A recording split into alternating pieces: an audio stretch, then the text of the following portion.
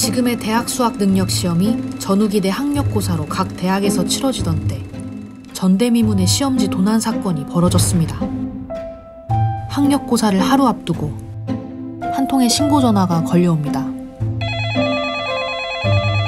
시험장에 도둑이 들었습니다.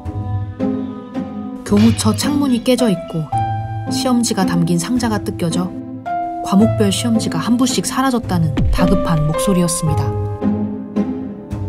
대학 입시 사상 처음으로 입시 문제지가 도난당했고 시험은 2월 10일로 연기됐습니다.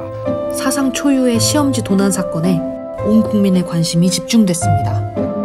이럴 수는 없는 일이죠. 지금 엄마로서 앞이 캄캄할 일이죠. 응? 학력고사는 전격 연기됐고 출제위원들은 즉시 문제를 다시 출제했습니다. 장관으로서 죄송한 마음 금할 길이 없습니다. 빠른 시간 내에 사태를 수습하고 혼란을 최소화하기 위해서 최선의 노력을 기울이겠습니다. 문제지가 사라진 시점으로 추정되는 21일 새벽, 학교에 있던 모든 사람들이 용의선상에 올랐습니다. 경비과장 조씨, 경비원 정씨, 근로장학생 장씨. 남아있는 증거라고는 뜯겨진 시험지 상자, 그리고 250mm로 추정되는 족적뿐이었습니다. 이틀간의 경찰 수사 결과 시험지 도난 사건의 유력한 용의자로 지목된 사람은 경찰에 신고했던 경비원 정 씨였습니다.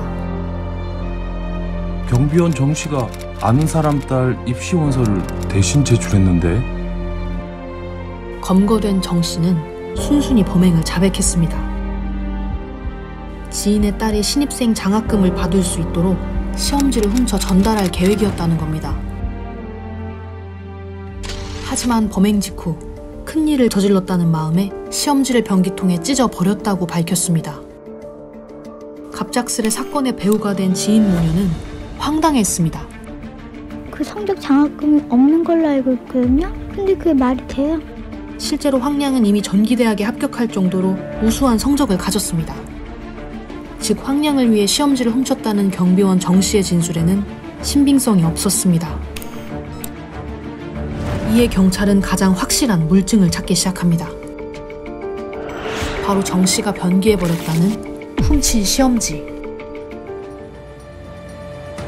시험지를 찾기 위해 정화조를 뒤졌으나 아무것도 발견되지 않았습니다.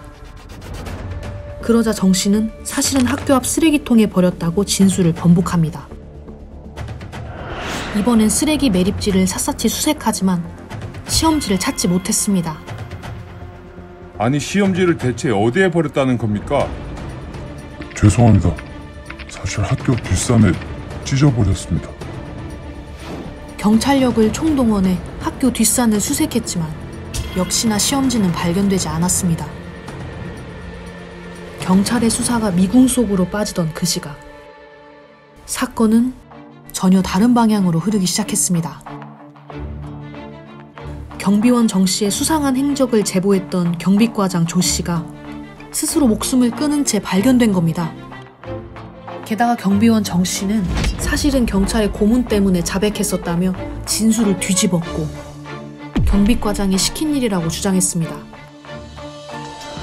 혼란 속의 검찰은 아무런 증거도 찾지 못한 채 경비원 정 씨가 과거에 다니던 회사에서 횡령을 저질렀다는 사실을 밝혀 그를 기소했습니다. 결국 그는 횡령 혐의만으로 재판을 받았습니다. 피고인이 시험지 도난 사건의 용의자로 지목돼 사회적 물의를 일으켰으나 검찰이 기소하지 않아 횡령 부분에 대해서만 판결한다. 피고인의 횡령 부분에 대해서는 금액이 많지 않고 개인 이득을 위한 범행이 아니므로 이같이 선고한다.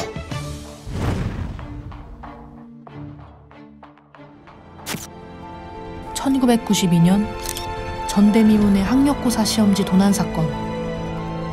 진술 번복, 자살, 도무지 설명할 수 없는 범행 동기, 그리고 끝내 찾지 못한 물증. 그렇게 시험지 도난 사건은 완벽한 미제 사건으로 남게 됐습니다.